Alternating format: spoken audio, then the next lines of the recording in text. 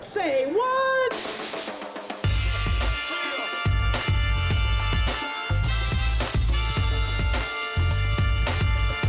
Hello and welcome back. You guessed it, it's time for Say What, where we hear from those connected to our industry and about what's going on in the world of electrical apprenticeship. And that always includes topics that you're suggesting. So please keep sharing those with us. I'm your host, Cindy Sandifer. Let's see. I think that we all know that our professional journey is just that, right? It's a journey. It changes, it evolves throughout our lives. However, I would say that there's a lot of pressure on high school students. And that's to know, like, what do you want to do? We ask kids that probably really young, what do you want to be when you grow up? And so we certainly put that pressure on a high school student to know what they want to do before they graduate, certainly by the time they graduate, that they're supposed to choose a career path or field of study right away. And that's really unfair. But to that end, many high schools offer college credits. So students are able to take courses, maybe at a local community college, to go towards college credit, to kind of help them get a jump on what would be seen as the likely next path in their life. And it helps these, career treks, right, for college-bound students and young adults. But did you know that we have something like that for high schoolers that are interested in electrical career, right? So they're actually interested in doing what it is we do. We've got some folks here to talk with us about it today. So please help me welcome Dan Kraus, Hunter, Jonah, and we've also got a couple of members from our Interim Credential team. We've got Heather Stefan and Audra Kellums. So I guess my first curiosity question to Hunter and Jonah, how did you find out about, I'll call it IC, Interim Credential. How did you find out about that program at your high school? Hunter, you want to let me know, like, how did you even find out? Or did Jonah find out first and tell Hunter? Like, how did that work? I can't remember. I was told about it my junior year that it might be a thing by my shop teacher. And then it came around to like the end of the year and he's like, yeah, it's happening. Do you want to do it? I'm like, yeah. And that's the last I heard about it until the beginning of school next year. And then he's like, yeah, it's a thing. So, and that's when I got you in. And that's when I kind of like heard of it, was the beginning of senior year. I was told that it was a thing, and I'd always been interested in the electrical field because my brother was already had a foot in the door in it. So I was like, why not? Jonah's brother is a second-year apprentice with us, and he graduated from the same high school the previous year. Yep. So I talked to both of them at a career fair at the end of Jonah's junior year. Okay. Okay. But your brother did not do the IC program in high school. Okay. It wasn't offered. I gotcha. So you had that kind of base knowledge, right? At least some kind of experience with the fact that the electrical industry existed and apprenticeship and so forth. But Hunter, did you know anything about it at that point? Not really. I knew I wanted to get into some kind of trade. I just wasn't sure what, because my dad started and did a little bit of it in college, but that's about it with electrical. I don't know. Did odds and ends at the house because we just do kind of everything, but not really, not much. Yeah. So the fact that, go ahead, Dan, sorry. Cindy, I do outreach through OSHA 10s for construction. I had both of these guys on OSHA 10 their junior year. So I mentioned it in that class, that we were going to do this. So that's where they first heard about it. They were high school kids. They didn't really listen. Some things I'm not getting involved in. It was like a year or two ago. I couldn't remember that. Yeah, right. It's school. I don't remember what happened yesterday, so I'm not here to judge. Like, that's Don't not ask me what I had for dinner. So Hunter, do you feel like because it was in the school, would that have helped? Because you knew you wanted to do trade stuff, right? But you weren't necessarily set on electrical, and you didn't have the experience Jonah had. So do you think having it available made a difference? Oh yeah, definitely. Because it just kind of fell into my lap. I'm like, that looks great. Yeah. Let's do it.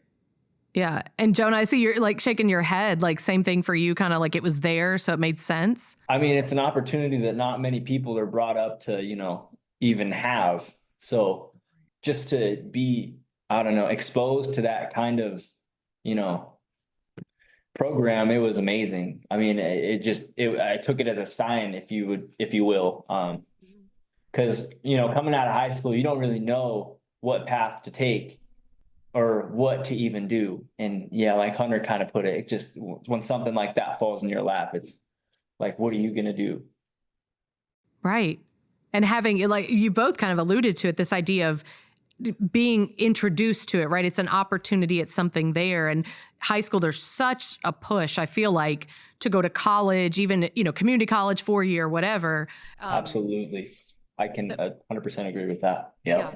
All I knew is I didn't want to go to college. I can say this. Yeah. And so then a lot of times, like, I mean, obviously we're getting a little bit better, but, years ago, like, that's it then. You're just done. Like, go find a job. Good luck. And there wasn't a lot of opportunity. And it's just the truth of it. Yeah. And not to bash college or anything, like we are technically an accredited college, so it's just different. Mm-hmm. Not a lot of people are exposed to this kind of college, which is, again, awesome. Yeah. Yeah, because the opportunities to go on and get an associate's, a bachelor's, a master's, whatever people would want to do, it's there. It's just you're starting out maybe a little bit non-traditional, if you will, than the person that just goes straight to college. Dan, why did you choose to participate with IC? I just saw it as another opportunity for outreach and to reach the high school students. Give them another opportunity so that they could understand what their options are. Because everybody in the school systems, for decades, their family, their counselors, the principals, the teachers, aunts, uncles, cousins, dads, moms, everybody's told everybody, you got to go to college. And now in the United States and across the world, we got a shortage of skilled trades. Why not push this into the school systems, into the school districts, so that these students who know up front they are not college material, they do not want to attend college. It gives them an opportunity to introduce them to it in high school. And they, we give them 120 classroom credit hours for completing the Interim Credential program through the high schools. It's no cost to the students. It's paid for through the schools. And it, like both of these gentlemen here have said, it's an opportunity. Why would you turn it down? Exactly. So Hunter, Jonah, like, did it impact doing IC? Did that impact you applying for the electrical apprenticeship? Did it kind of make it a no-brainer? Like, how do you feel about that? It's a no-brainer. It's an immediate upper hand. I like to kind of describe it as like the Disney Express pass. You get to skip the line almost in a way. So yeah. Because we have direct entry through the new standards, we give them direct entry into the program. No aptitude test and no interview. They go direct into the program. Okay. Yeah. Hunter, so you're saying, yes, that made it like to know that I'm in, like this is. Oh yeah, definitely. Because if you just go through normally, you don't usually become indentured and all this, and you have to be a CW and you don't automatically get in. And there's a lot of benefits with being an indentured apprentice. So it just automatically gets you in there right away. It gives you all the benefits. It saves you a lot of money.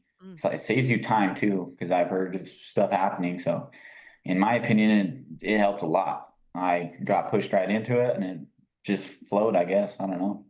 Yeah, it just felt like the natural like next step, it seems like, for both of you. But I'm kind of down for the Disney fast pass, like express, like now my mind's not going to be on this podcast at all. Yeah, I try to make it as, understandable as possible. And, before this, we went to South High School and we were kind of explaining what the IC program is, just, exposing more high schoolers to the idea, the opportunity, I want to call it. And I used that same kind of analogy and they were all like, oh. I've taken both of these guys to outreach programs at high schools. And we've done one, we got more on the schedule. And I take these guys because they can relate to the high school students better and give them their experience and how it all worked and the opportunity again. That's They both did jobs brilliant. in the last high school, we were in front of about 250 high school students in one day. Oh my, like that's brilliant. And I commend the two of you, like Hunter and Jonah, for being willing. Like, you could easily be like, okay, I'm an apprentice, I'm going to do this thing. But you're saying, no, I'm giving back too, because I want other people to know and understand this experience that I have. But man, Dan, it's just such a brilliant plan for recruitment. I think it would help with retention, just kind of naturally when you're able to have people identify and say, oh yeah, like Dan, I may not relate to as well, but Hunter and Jonah, yeah, like it's not that far since you've been where I was. And so that's like a whole different level of recruiting and IC awareness. And man, that's awesome. Yeah. So Hunter and Jonah, you're both first year apprentices right now. Is that correct? Yeah. Okay. So how did it prepare? Did it help? Did it prepare you for like what you're doing now compared to say someone who, comes in and applies? Not that there's anything wrong. I want to make that clear. There is nothing wrong with someone who has no experience, no training, no awareness coming in and applying and becoming a part of apprenticeship. But for you, do you feel like it helped prepare you? Most definitely, yeah. Because going through it, it explains some of the simpler things, just like names of devices and tools and stuff that you use on the day to day. It taught you that before you even started working. I mean, granted, you work while you learn. That's the whole motto of it. And I didn't know. I've done, the backyard garage stuff, and I knew them by their slang names, and that's about it. And that taught me a lot of stuff that I didn't think I really needed to know, but apparently I did. And it just helped out a lot. And especially right now, we're going through DC theory, and we went through that in high school and didn't take on to it very well. And now I'm going through it.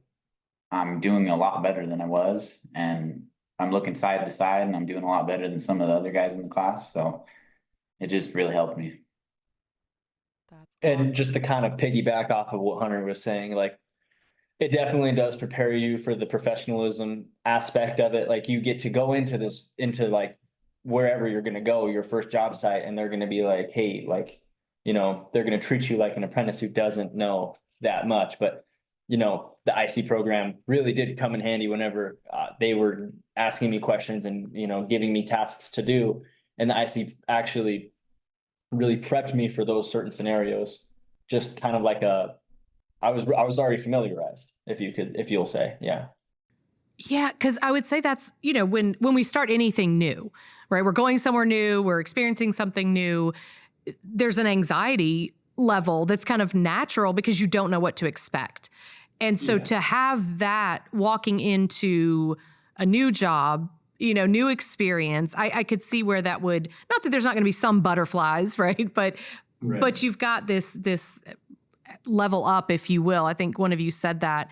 And then you have the knowledge. One of the biggest reasons we hear, the feedback we get, why people drop out of the apprenticeship program, particularly in their first year, is it wasn't what I thought it was going to be. It wasn't, I had a different expectation.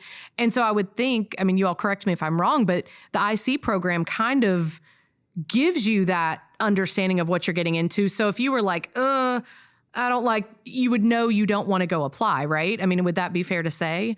I would say it's fair to say. It definitely gives you that idea of being like an earner while you learn. You're going to be a student at the same time you're going to be an apprentice, and not a lot of people will even think of that. They're like, school, put that behind me. But the fact that it gave you time to really, put yourself in this position, like, okay, I'm going to be going to school 2 days out of the week, and I know I'm going to be like just absolutely tired coming from work to school. It really just prepares you mentally for that kind of, I don't know if you a step, if you will. Yeah. Yeah, I think so. And knowing you're working in the elements, you got to get up early, those types of things, right? And they do cover that. Yeah, for sure. Yeah. So I think the whole first lesson was just telling us about stuff like that. Like Yeah. explaining what the job was. Like a day in the life of an electrician, and it went through like the whole entire step by step of, what you're going to see. And doing that, like with the CI program, you don't have anybody pressuring you to take it on. To whereas if you applied, you're already in this class, you're already putting money into it, this and that, and then you got pressure on you to keep going. But if you take the CI class, then really just you can finish that year or not if you really don't want to, and just go on with your life, I guess. Right. Go on and do something else. Again, it's good for the individual like yourself, right? It's good for the training program, what have you. So I got a question. What's your favorite part of being an apprentice? Like what do you like the most about it?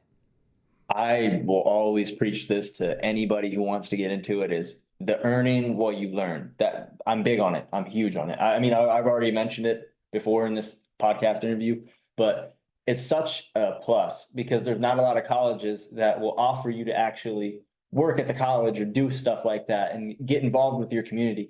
It is such a good way to like, just, be a member of your community as well, like earning while you learn. We even have like, what's it called? Brotherhood nights in the IBEW. We also have like, the Renew committee. It's an excellent gateway to just really get familiarized with like-minded individuals and, exposed into like this whole entire just network of people that are just wanting, it's just amazing. I love it. Yeah. Hunter, are you kind of on the same level? Like your favorite part? Is it that connection piece? I would have to agree because like I said, I want to do anything but go to college because all I heard from my dad was how he worked a 40-hour work week and he went to college and he had no time to do this, no time to do that, and blah, blah, blah. And I just didn't want to go to college because I wanted to make money, but I didn't want to spend all my time going to school and going to class. I wanted to have some time to enjoy myself. But doing this, I'm working while I'm earning. I'm not going into debt. I'm getting a 40-hour work week while still going to class. I mean, it might be a little rough, but it's only 2 days a week that you have to go to class. So in my opinion, that's the best part. Earn while you learn and less class. I mean, I hated school. I'm sure most high schoolers do. So 2 days a week is not that bad for three hours. So, and it's, just to kind of piggyback again off of what he's saying, it's not so much of like a hatred of school. It's just kind of more of like an expense kind of thing, because I wasn't the one to, kind of go out there and look for scholarships because I wasn't ever really exposed to that kind of world. My brother hadn't gone to college. My mother wasn't going to college. I mean, I came from a working household. So that whole entire aspect of looking for a scholarship and trying to get these grants for money was just almost out of the question for me because I had nobody to really show me the way to do that. And they have all of these school programs that will expose you to that kind of life. But at that point, I just wasn't interested because I didn't know what I was getting into. But, with the way that Dan really carries himself and really explained how everything is, it's just an awesome way to go for anybody who doesn't really know what they want to do, because it's rewarding. It is what it is. At the end of the day, I have job security. I have all of these things going for me. I have fringe benefits. I have a set hourly pay wage scale that I get to climb up the ladder. And, it's not only just a job to me at this point, it's my career. Yeah. And that's a big difference, right? It's something you can feel you're a part of, you can get passionate about, you can see your work. You can drive around your community, you can see the difference you're making. I think that's huge. And then the correlation, because I did college, I went the college route, and don't have any regrets. I mean, it was what was for me, but I love the idea of what you're learning in school, be it, every apprenticeship might do it a little different, but you all do 2 nights a week. So it's like what I'm learning those 2 nights a week is what I'm doing every day. So it's like, it makes sense. It matches up where most people that had, the college route, if you're working, it's very unlikely that your work is related to what you're studying in school. A lot of times it's in fact totally different. And you're trying to squeeze in the hours to get around school. And so this just, pairs so well and is in fact meant to work together. So I think you've hit on some really critical critical parts of apprenticeship and what it means. Dan, what's your experience been like working with IC? Like, what do you feel about it? With the help and the guidance from up front, got a lot of guidance from Heather and Bill. And now, digging deeper into it and actually signing kids up and answering questions for superintendents from school districts and CTE directors and getting everything signed up through the career development incentive programs for our state and the State Board of Education. Audra has been instrumental and hands down the best I could ask for help with that. So I commend all three of them, but Bill's not in the meeting, but Heather and Audra, we wouldn't be where we're at with the IC program if it wasn't for you guys. Totally agree with that. Absolutely. They're fantastic. And yeah, we gave Bill a break. But we, like the work that they do, like you said, and they're really fit into the right positions to help with all the different steps, right? It's not just one thing. The IC program is not one thing. It's so much, There's a lot involved. Like, that's why I'm not on it. They're like, no, right? We need people that know what they're doing and can do it well. What advice? So this is for all three of you. Dan, from a JTC perspective, what advice would you give to a JTC that's saying, I'm thinking about it. I'll consider being involved with this, or considering doing direct entry based on their standards, or direct interview, right? Whatever they're doing. What do you say to them? Quit hesitating, quit procrastinating, call Audra, call Bill, call Heather, call the ETA and ask for help, because they will help you out. And to me, it's the easiest way. Once you get everybody involved and the ball rolling, you really just sit back and wait for the certificates to come from the students and the schools, and I do my best to reach out to them while they're doing the program, the IC program. We went out, I took one of our instructors out to County High School where these two were at when they were involved in doing the curriculum. They were struggling with DC theory. I took them each Ugly's book, handed it to them and showed them how to manipulate and flip pages through the ebooks of the National Electrical Code book, the DC Theory Code book, or DC Theory book online, help them out. And that's just part of it. You have to be willing and able to go to the students and help them when they are struggling, because all the high schools don't have somebody that is well-versed in the electrical curriculum or in the electrical world. So we do that, and I can't stress it enough. Once you get the ball rolling, you just sit back and wait for the everything to come back to you. Right. And that's what I was thinking. Like, ideally, I love what you're doing, is being involved, right? Getting involved with the school, getting involved with the students. But a JTC doesn't have to do that. They can truly get the ball rolling, sit back, wait for them to finish and bring the credential in. But I love what you're doing, because I think you're building a relationship, right? You're building rapport. Hunter and Jonah have both talked about that with you, and how it probably made them more comfortable, coming into the apprenticeship. If you're caring about them when they're in high school and not even committed to being a part of your program, that really speaks, I would say, volumes. So Hunter and Jonah, I'm asking you the same question, but I want, you've kind of already given for that high school student, why they should be involved. But if you were talking to the JTCs, let's say, or the training directors at other locations, why would you, what advice would you give them? Like, why should they get involved with this program in their area? Because it's worth it.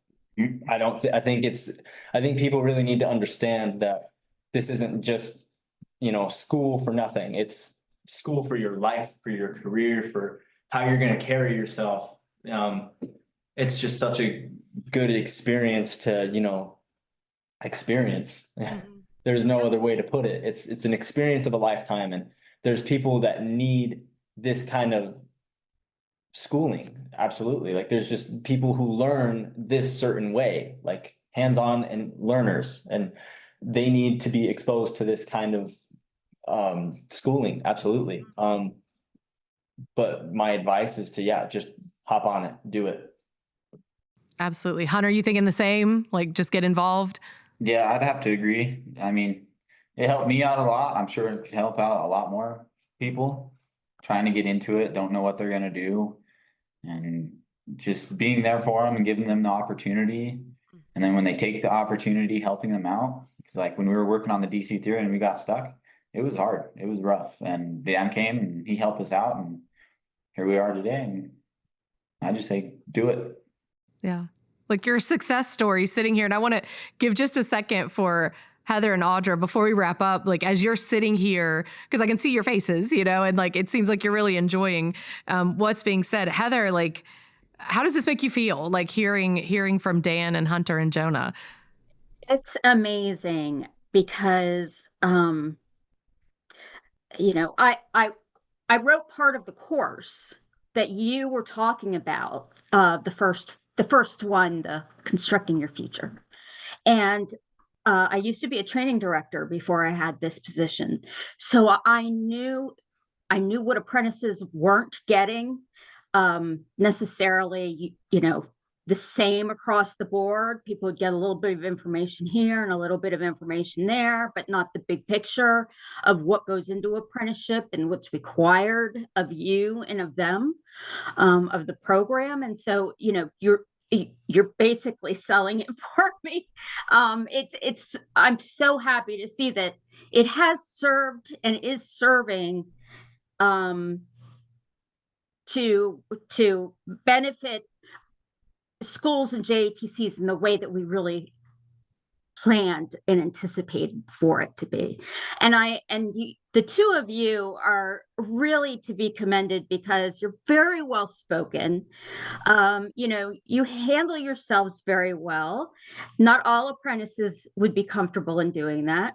And honestly, your success is really Dan's success, because if it wasn't for all of the effort that Dan has put into this and reaching out to high school students and making sure they have the support that they need to succeed before they even step foot in a JATC, I think speaks volumes. Congratulations, Dan. Really, it's a job well done. Really. Well, it goes up the ladder. I couldn't have done it without you guys, so. It's a team effort. It takes a village to raise all these apprentices the right way. It really does. It does. I have two children of my own, but each one of them are just an extension of my family, and that's the way I look at it. I gotta help them. I can't just sit back and watch them, do the wrong things or not give them the opportunities that I know is out there. Mm. Yeah, and I think that's Audra, I'm coming to you, so don't get too comfortable. But I think that what Heather was saying, and then Dan, what you said, the mission of all of us, right? All of our organizations is for the JTC, for the Electrical Training Alliance, is the apprentice, right? What are we doing? And then for us, what are we doing to support that local program? What are we doing to support Dan and the instructors and, the administrators there? And so it's really nice to see, it really is about people. It's about individuals, which then collectively becomes a whole. So it's just nice to see the passion and love and support, I think, that everybody's experiencing certainly through you, Dan, and through what Heather, Audra, and Bill have done. So Audra, what about you? Like, how does this whole experience, like talking with everyone, make you feel? Well, I come from an education background, so I'm super passionate about bringing opportunities to students, and that's just what I've heard today. And it was such a pleasure, Jonah and Hunter, to hear your testimonies, because we're always on the front end. We're busy onboarding students and schools, and it's just so great to see it come to fruition and hear your experience firsthand. And then there were 270 JATCs and we're a team of 3. So Dan, we can't do it without champions like you. I mean, and it's been so fun. Dan got the first meeting together, and we had like you mentioned, superintendents, CTE directors, teachers. And since then, each week I was on the call with Dan, and, we onboard somebody else. So it's just been fantastic. And it takes champions like Dan to help the program snowball and grow. So it's been exciting. Yeah. And Dan, I think that's, Jonah, I think you mentioned it, feeling, the kind of the brotherhood, sisterhood nights, the way we feel a community. And I really feel like when we're doing this right, that's exactly what it is. It's, all of us working together, right? Whatever our parts and pieces to this beautiful puzzle. But Dan, then you have this opportunity to help others in your position, right? Your peers understand this better, see it. Because it's one thing for Heather and Audra to talk about IC, right? And what it is, but to have you who's on the ground doing this work, or in the case of Hunter and Jonah, when you all are talking to, high school students about IC, it's just this really great opportunity to reach people that the other person might not be able to really connect with in the same way. So I think it's, someone said, it takes a village, but I think in this moment, it really does take each person and every experience to make it work. So yeah, I think I'm back. Yeah. Congrats, Hunter and Jonah. You're clearly doing fantastic. And that's what I heard, that you all are, kind of like the model for IC, like this is what it's supposed to be. So you've got like all the gold stars, stickers, all the things that you can get, you've got them for sure. And Dan, just repeating what Heather and Audra said, like, thank you for your commitment, to the high schools in your area, to the students, and certainly to the industry, to the apprenticeship. It's fantastic. The only other thing I'll add, Cindy, real quick, is to the other training directors and JTCs across the country is don't give up. I've been beating my head on the same brick wall since the IC program came out. I don't even remember when that was. When was it, Heather? I started 4 years ago, and then it had started even before that. So I want to say 6 to 7 years, probably at least. Yeah, I've been in this position for 9 years. So yeah, 7, 8 years ago, we started trying to push this and just trying to get into the schools, and don't give up. And the higher up the ladder you can go, because the administrators and the educators that are real high up in the school district admin buildings and those types of things, they understand the value of a registered apprenticeship. They really do. And they see the outcomes of the students who are not college material. And we're giving these individuals a pathway to success. Don't give up. I love that. And you said earlier too, you're not alone, right? So a training director could talk to Dan or someone else, that's involved in the IC. And then they can also talk to Heather or Audra and get that support on how to talk to the local school, right? Or to get higher up. How do I even get to those people that seem unreachable? So I agree. It's really about that communication, that networking to make sure we get this rolling, for anybody who wants it. So thank you all, everybody, certainly to Hunter and Jonah for being with us. Dan, Heather, Audra, thank you for your relentless efforts every day to making this a possibility. You've taken it from thoughts, right? We think this would be a great idea to actually sitting with two people, who have gone through it and are enjoying the success of it. So thanks to everyone so much for being with us. There used to be so much pressure to go to college after high school, and truthfully, there still is. But that's what was considered successful. Everything else was a backup plan or second to a college education. And being here, I guess, if you will, with Hunter and Jonah, recognizing why shouldn't a high school student with an aptitude for electrical work not go ahead and begin that path as soon as possible? The benefits are clearly tremendous. The opportunities are endless. And I'm really grateful for the work that Dan does, for people like Hunter and Jonah who jump in, recognizing this is exactly what they're looking for. I appreciate you all taking time out of your day. So Dan, Hunter, Jonah, thank you so much for sharing your experience with us, for all that you're doing in your area to make this known, right? Apprenticeship and the Interim Credential program, just so grateful for you. And my goodness, Audra and Heather, thank you for what you do to ensure the success of our Interim Credential program and our outreach initiatives and you're impacting everyday students like Hunter and Jonah and making it possible for them. So thank you. And big thanks to you, the listeners, for joining us. Remember that we do want to hear from you. So if there are topics you want us to discuss, if you want to come join the podcast, reach out by email, saywhat, SAYWATT at electricaltrainingalliance.org. Our next episode will drop in October. Until then, stay connected with us through our newsletter, social media channels, subscribe to the podcast, make sure you don't miss any episodes, stay powered up, and we will see you next time. Say what?